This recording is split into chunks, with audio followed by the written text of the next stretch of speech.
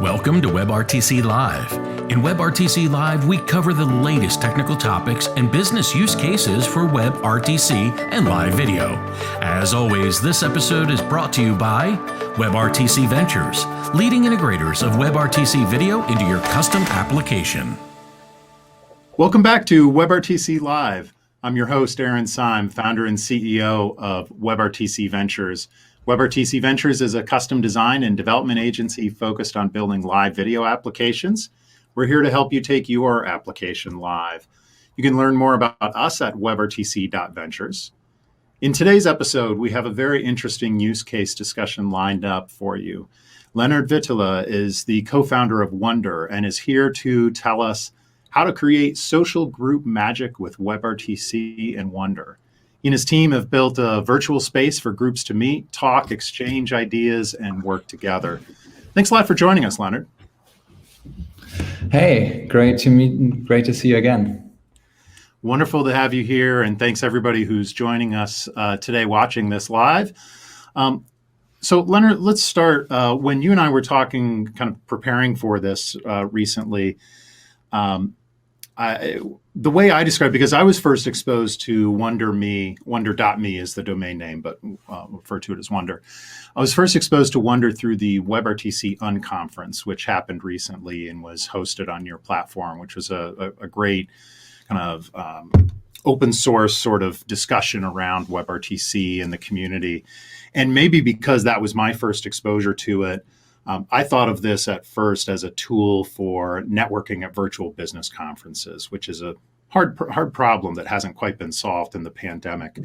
But you corrected me and really pointed out that referring to this as networking is a limiting term in terms of what you're doing. You're really doing something bigger than that. So let's start with, tell us a little bit more about Wonder and your vision for it. Yeah, absolutely. I think that UnConference was a great example of a moment where something like more happened than just a group of people getting together and exchanging business cards and like talking business language. I remember how we had this first conversation with Tim, who you I think also know, a couple of months ago, and like Florian from our team came up with the idea of doing this UnConference, and asked him like, could this be something that is interesting for the community? And Tim was like, yeah, really. Like also the format really excited him, that you could do something that is as open source and that like really allows everyone to jump on stage. And he said that the community hadn't gotten together in a long time. There were like those formats around it, like you could get together in the PSTN community and like all those adjacent ones. But like for WebRTC, there wasn't really something. And then I don't know, like at which time you opened the link and got online, but I felt like in the very beginning there was like this, there was a sense of reunion somehow. Like people were getting back together, and like so many people already knew like another person. So there was not this sense of like just business networking of like people who are not really connected with each other, but more as like a social gathering of some sort. And also when then like people jumped on stage and presented their sessions, like it became clear that a lot of these people knew other people at the UnConference.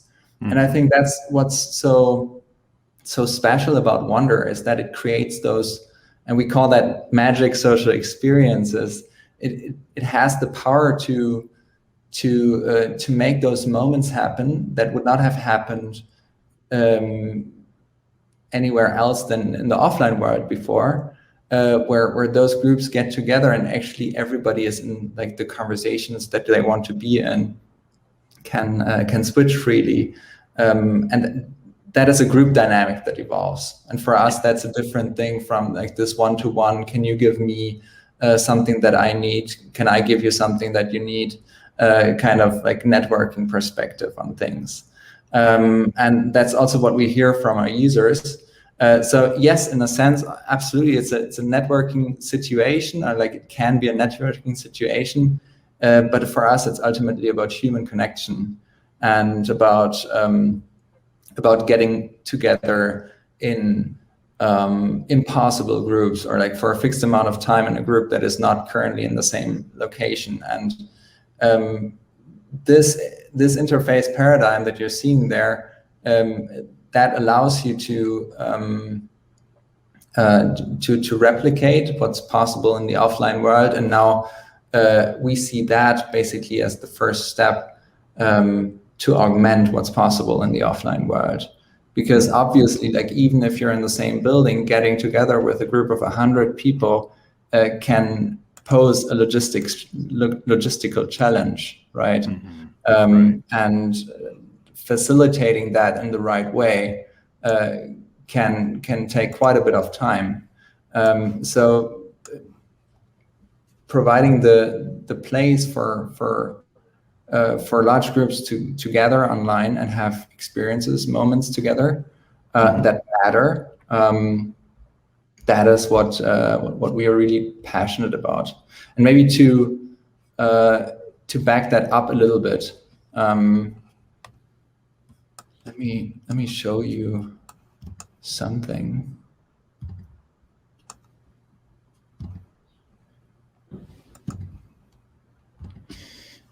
So here you see the UnConference, right? You have seen this, and down here, like as you can imagine, we also use Wonder as our team office, as like the place where we have meetings. So we've looked at this and we've like asked ourselves, like, which of these two is magic?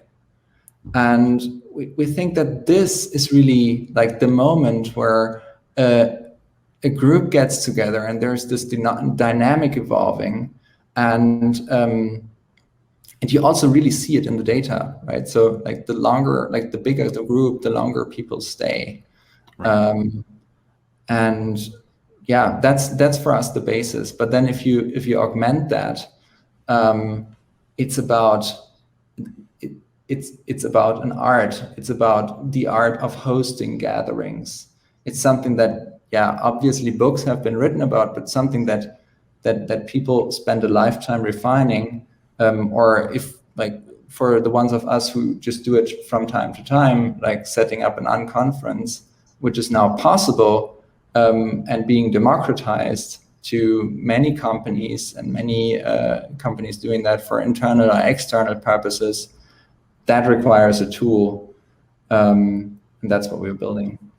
Yeah, I think it's great, and I like that bigger picture that you talk about with the aspect of it being a social gathering, and because it's certainly been one of the big lessons, I think, for many of us through the last year plus of the pandemic, of how important those casual interactions are that people have when they're in person, whether that's in an office or an outside of the professional setting, social gathering, how important those connections are. And in most of what we've done, and most of what we have all experienced over the last year of remote work on a scale beyond what it was ever done before, it's been in pretty scripted locations, right? You're attending a webinar like this, where it's determined who's on stage and who's visible to the audience, or you're in a meeting tool or something like that.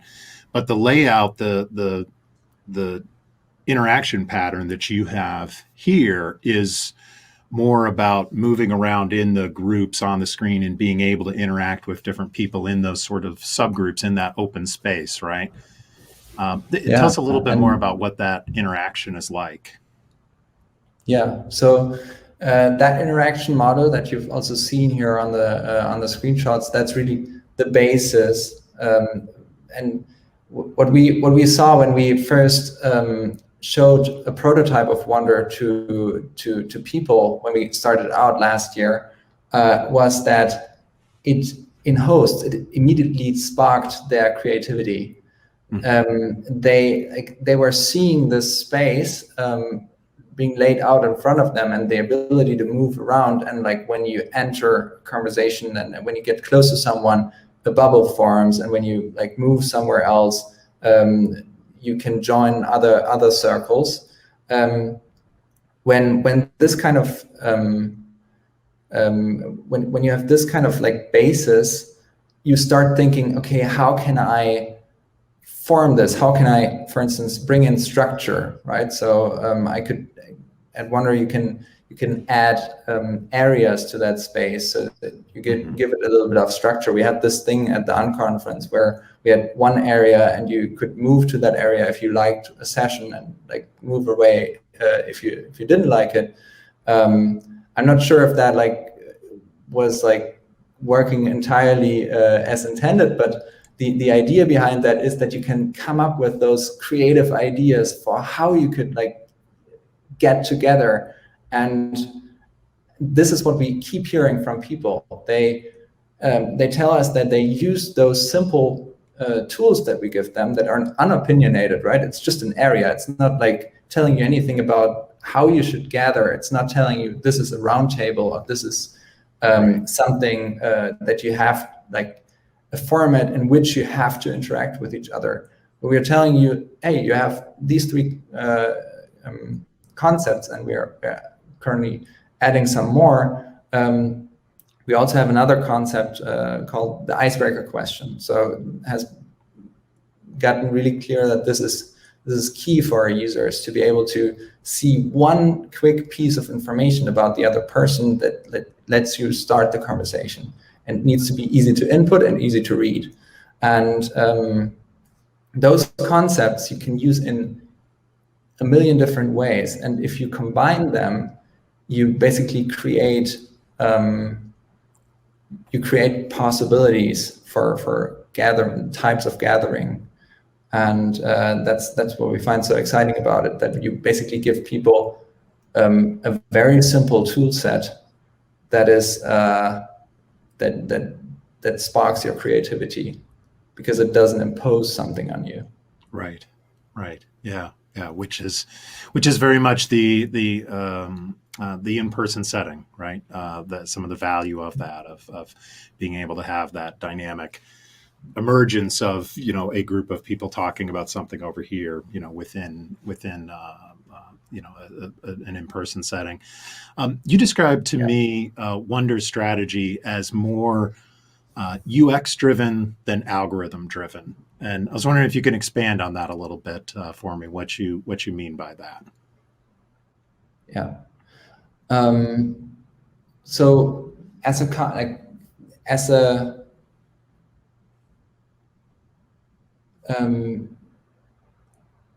a company, what we care about is creating group experiences that last.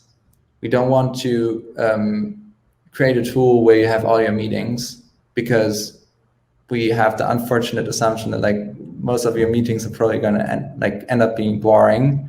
And so we don't want to be the tool for that. Right. We want to be the tool for the special moments.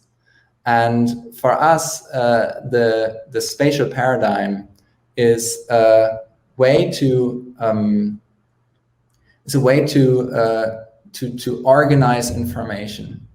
It's a way that works really well with people because you know it from somewhere, an offline world. Right. But for us, it's a tool. It's something that allows us to do many other things. We're not trying to replicate the offline world. We're not trying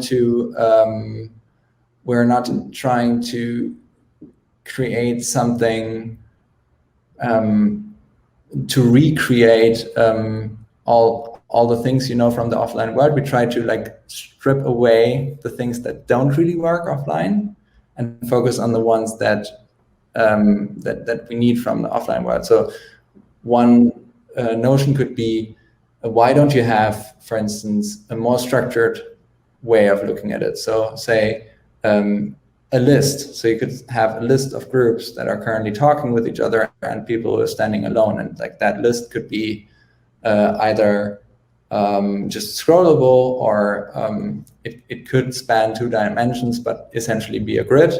And the reason why we think that is not what's going really well with people's minds is because you lose the notion of distance, and you lose the notion of and you lose the possibility of structuring a space in whichever way you want. So for us, it's not about better breakout rooms, but about creating a space that is highly flexible to what the hosts want. I hope that makes sense. Yeah, it does. It does. Do you see algorithms working their way into that in any form? So if, for example, I'm thinking of a scenario where I'm in the space and I see groups of people talking to each other. How do I know, maybe what group I want to go join into? What's the interaction pattern like now? And could you see that involving more speech recognition or keyword tagging type of thing later on? Yeah, no, absolutely. I mean, that is, for us, not being algorithmic driven does not mean that we have a blind spot or that we are not engineers. It just means that we try to think about the problem first, right. and not about the algorithm not first. The solution. So yeah, that's a good approach. So, I mean, one thing is, one topic that comes to mind is the whole area of audio, of spatial audio. So for us, we have actively decided against spatial audio because we, in the first, we initially thought that spatial audio is kind of a confusion for many people, and we want to create clarity first, so that it is very easy to use, because that, people use Wonder for the first time. We need to optimize for the first time, and now it becomes clear that people want to explore what's around them. And so you need to think about doing MCUs for the audio stuff, just to be able to cover, to be more flexible, quicker in playing what's happening, or in mixing stuff together. Definitely. I mean, those questions are for us, they come out of a problem that people state. So one thing that got lost in the online world is, or in the remote era now, is the idea of the all hands meeting is now like this Zoom call that that is just super static, and it's not fun anymore.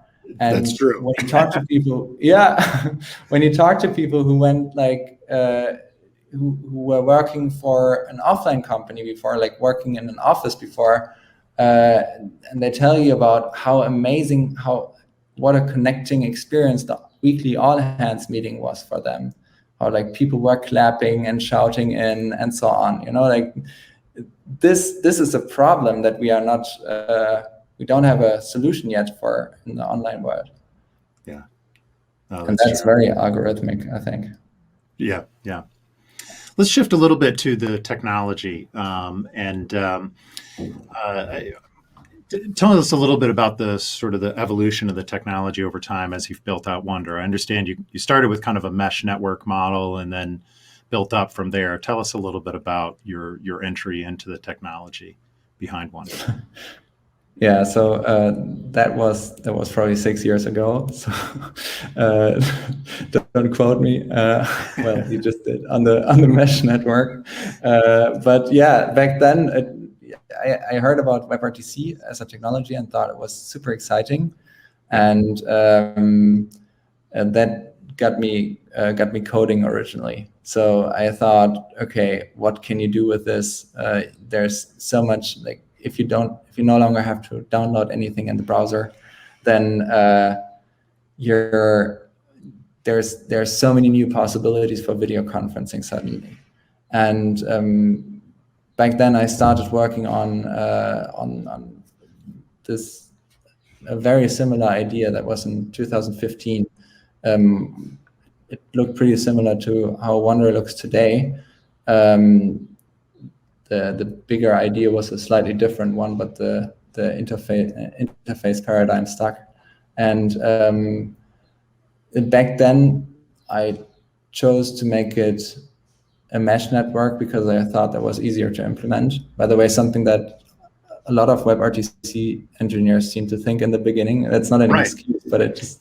There's nothing wrong with starting that way, right? That's what the first sort of WebRTC tutorials show us how to do, right? So yeah, exactly. And then you go from one-to-one to like multiple participants, and then you realize, okay, you have a bandwidth problem if you do that with video. So I went for audio only, but yeah, back then it wasn't that straightforward to create a stable WebRTC solution, and also my experience, architectural experience, wasn't at the level, but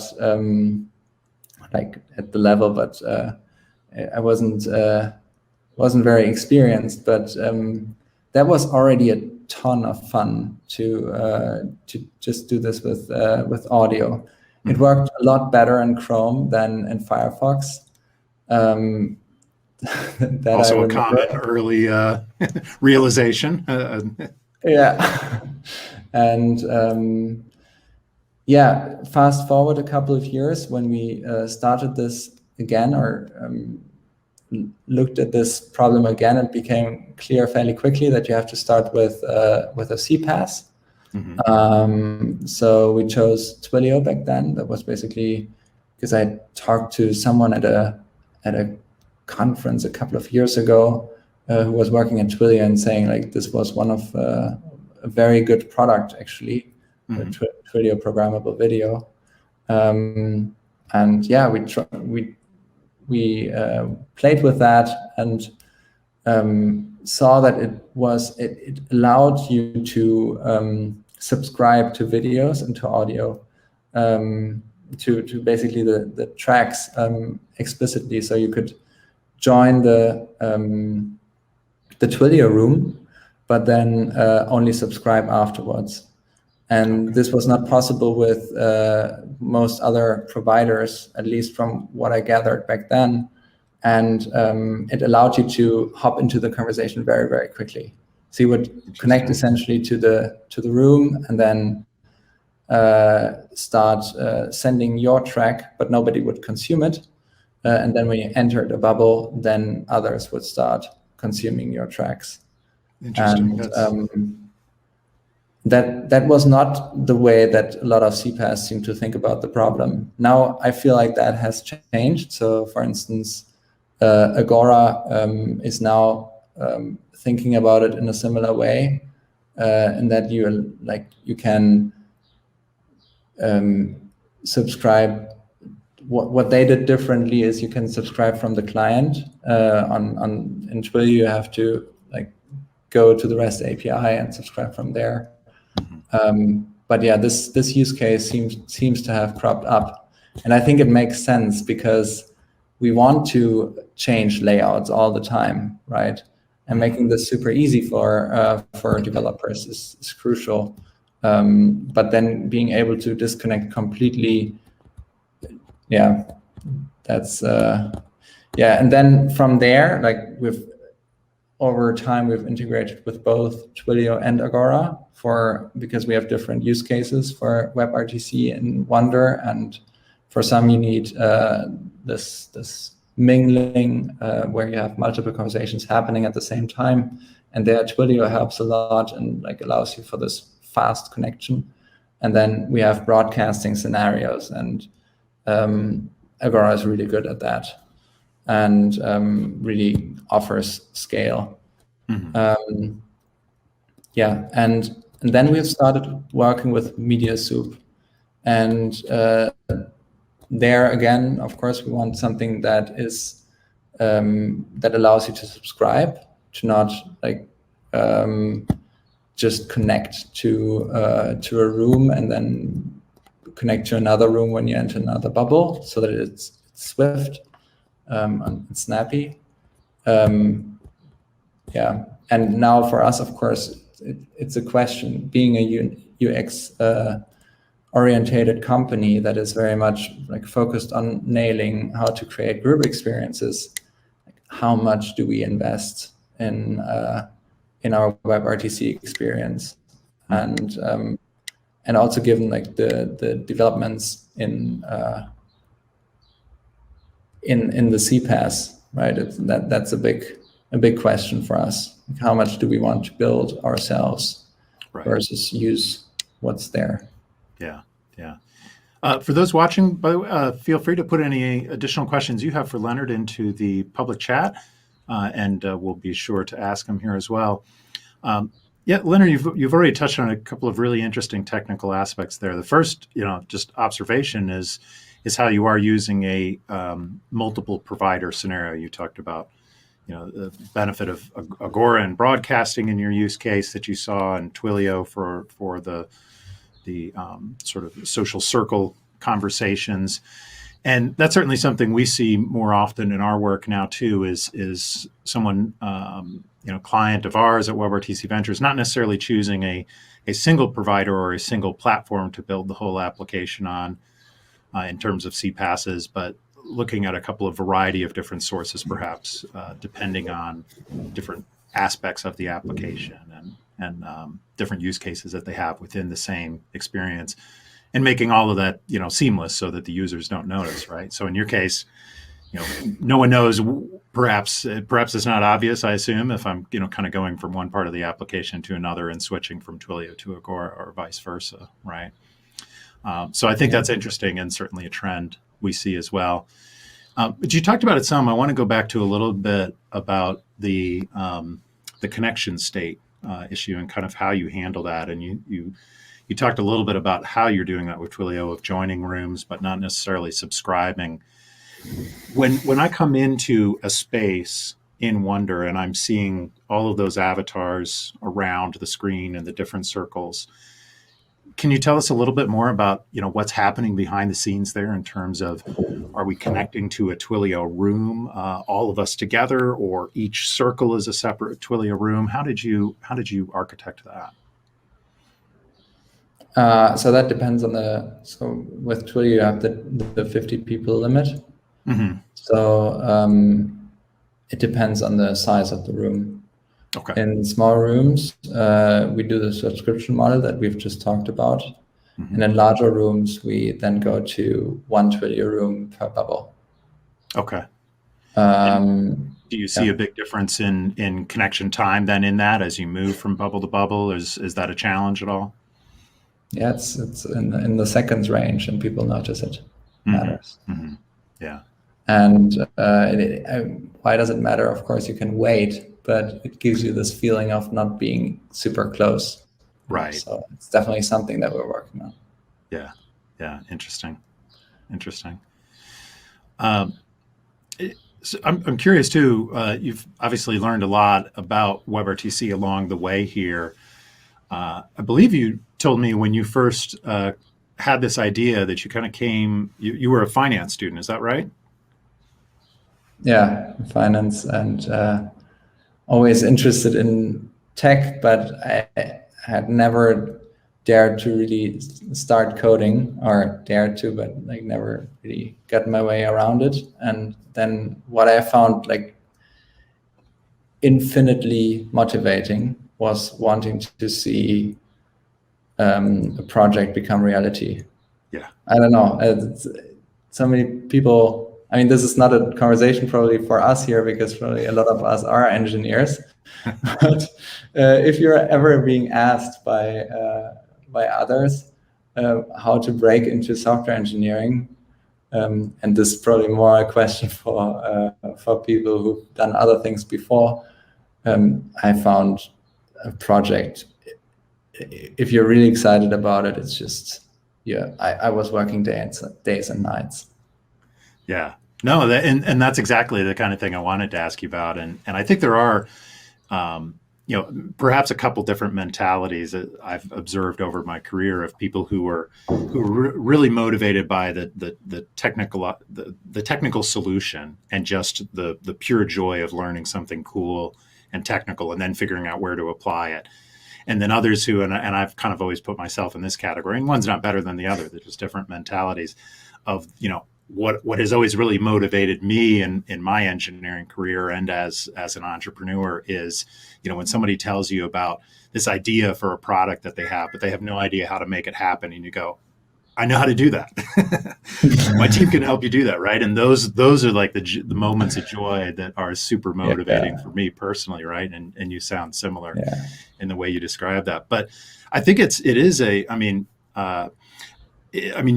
you described it, maybe it's not the right topic for this setting. I would disagree a little bit because we certainly have people regularly ask us kind of, how can I learn more about WebRTC? How can I get into this? How can I build this experience? And certainly, any of us in this industry know it's not easy to hire, engineers with experience in this. So, we all want to help people learn more, right? So for you kind of coming to this from a different perspective, from that background in finance, how did you start to learn coding? How easy was WebRTC in general for you? And kind of at what point did you decide, now I need to, bring others into the team around me? Yeah, I think with WebRTC, it's a little bit of a question of when you're implementing CPaaS, it's a different game than implementing WebRTC. Say in a peer-to-peer setting to start with, and then something like an SFU. So what I started with was the peer-to-peer setting, and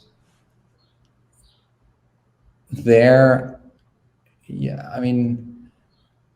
hard to remember now, but what I do remember is that it was a way of thinking that you had to get into, like what is happening when a video connection happens, and like why do we need to know our own IP address and and what is and what is an offer and an answer, and what's an SDP, and then you had to. And then what I wanted was, I remember that I wanted that you would like go to the same link, and then you would connect with each other. Like probably the most simple implementation you can do. But there, it's not clear who's sending the offer and who's like answering.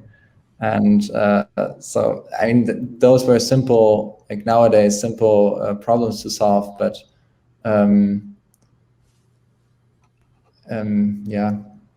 Not sure. I think it.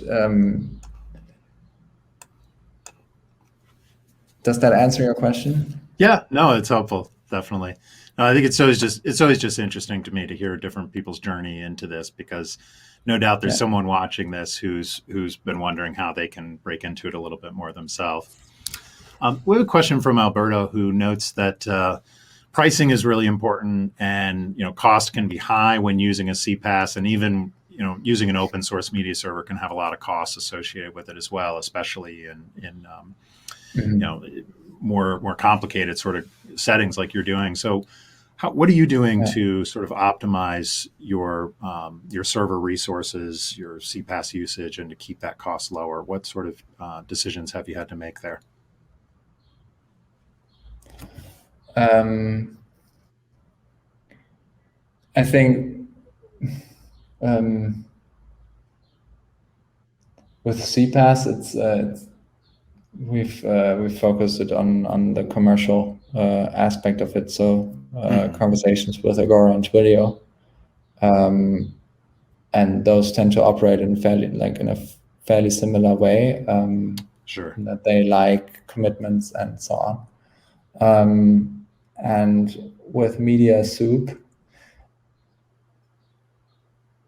I think the only thing that we have stayed away from, even though we like it from a UX perspective, is doing MCUs for video. Like not really considered that because everybody told us that would end up in a financial mess. But apart from that, it's pretty clear that our media soup implementation will be much more cost efficient than. But yeah, it's very much an open question. I mean, the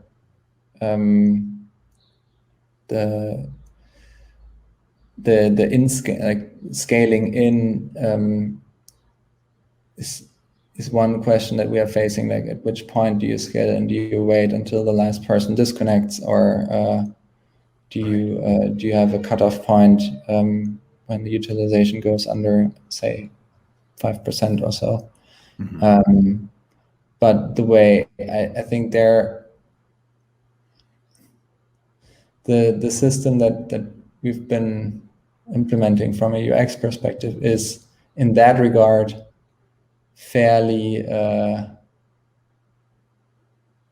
efficient, in that you connect to one counterparty and then your streams get forwarded. It's inefficient in another way, but it allows you to scale in more quickly. Right, that makes sense. Thank you. Okay, so we're nearing the end of our time here, but I'm interested to know, do you see, have you sort of felt anything missing in the WebRTC ecosystem? I mean, I think you said 6 years ago or so you were doing the first version of this, so you've seen a lot of change and transition in the WebRTC ecosystem from, when there weren't so many CPaaSs to now many different CPaaS options and open source server options, to now also, as I know Sahi likes to call it from Blog Geek Me, this sort of the unbundling of WebRTC, where different companies like Facebook and Zoom are maybe using aspects but adding in a lot of things and trying to create their own SDKs around it, essentially. So the ecosystem has changed a lot from the commercial and the open source perspective. Have you seen anything from either a tooling or a community aspect in the WebRTC world that you feel is missing, that you'd like to see more of? From a tooling or community, I mean, do you think that CPaaS, in that you mean tooling in the sense that, which would make it easier for us to develop? I think one is, I think a lot of us are now working on optimizations for the particular layouts that we are implementing. Mm-hmm. So there's bitrate choices and like those config choices, as well as configuring our SFUs. And I think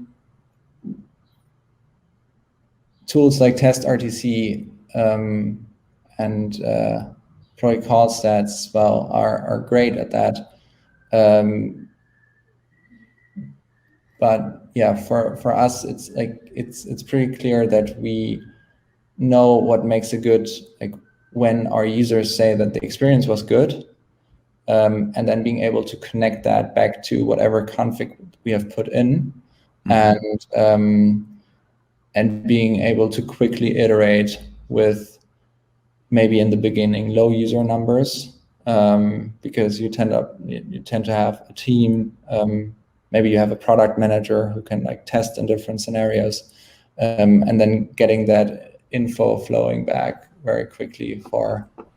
This is a very loose idea, but I think very relevant to us, being able to figure out much more quickly what a good config could look like, and figuring out in which particular instances we are running into issues. But yeah, would be interested to hear your perspective on that, because you're obviously much closer. Well, and I think we would trend a similar answer in the sense of there are so many options out there now and different configurations you can do in sort of the SFU, MCU, even combinations and combination of different CPaaSs. So as I think as some use cases, as some of the things that are being built and out there in the ecosystem right now sort of coalesce more around certain use cases, having more information around out there around what is a good architecture for that type of use case, for that type of configuration, the differences between a mass live broadcast versus a intimate interactive broadcast versus a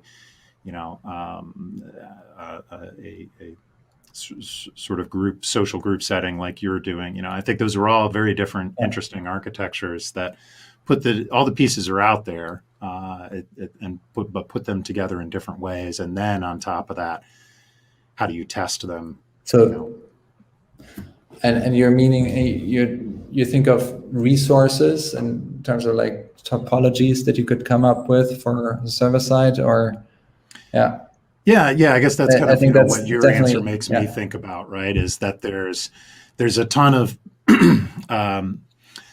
I mean, some of the most popular content we put out there is still around things like, what's the difference between an SFU and an MCU, an SFU versus MCU type of question, or, a mesh, what does a mesh architecture mean? That sort of, like, some of those questions that are somewhat fundamental are still very popular for people to ask.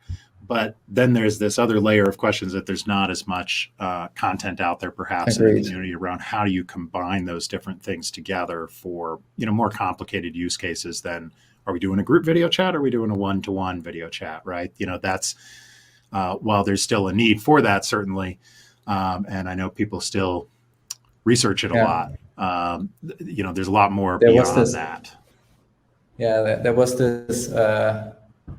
There's this chart that I also saw on Blog Geek Me, or in the newsletter that Sahi shared, where you have basically the complexity and the group size plotted against each other. And this is great, but like learning a lot more about this complexity and what people have run into would be amazing, because apparently a lot of people can now share stories around that. Yeah, absolutely. All right. Well, Leonard, I really appreciate your time today, sharing the story of Wonder with us. And I think it's really interesting, both from a use case and a technical perspective, to kind of hear your journey there. And I think it's a great tool. I enjoyed seeing it at the UnConference. Look forward to using it more. Certainly wish you all of the best of luck with that. Do you have any other announcements or anywhere that you want to point people to learn more about Wonder, or anything else? No, I mean, we are, of course, hiring, but I guess that's what you're supposed to say. But that's not the reason why I was excited to hear to see that you reached out, because it was a very interesting conversation. And if anybody has thoughts about what we've discussed today, no matter how random, then please feel free to reach out by email. So my email is leonard@wonder.me. Would love to connect with you, and great talking to you again today, Aaron. Likewise, Leonard. Thank you so much. Really appreciate it. And thank you all for joining us today.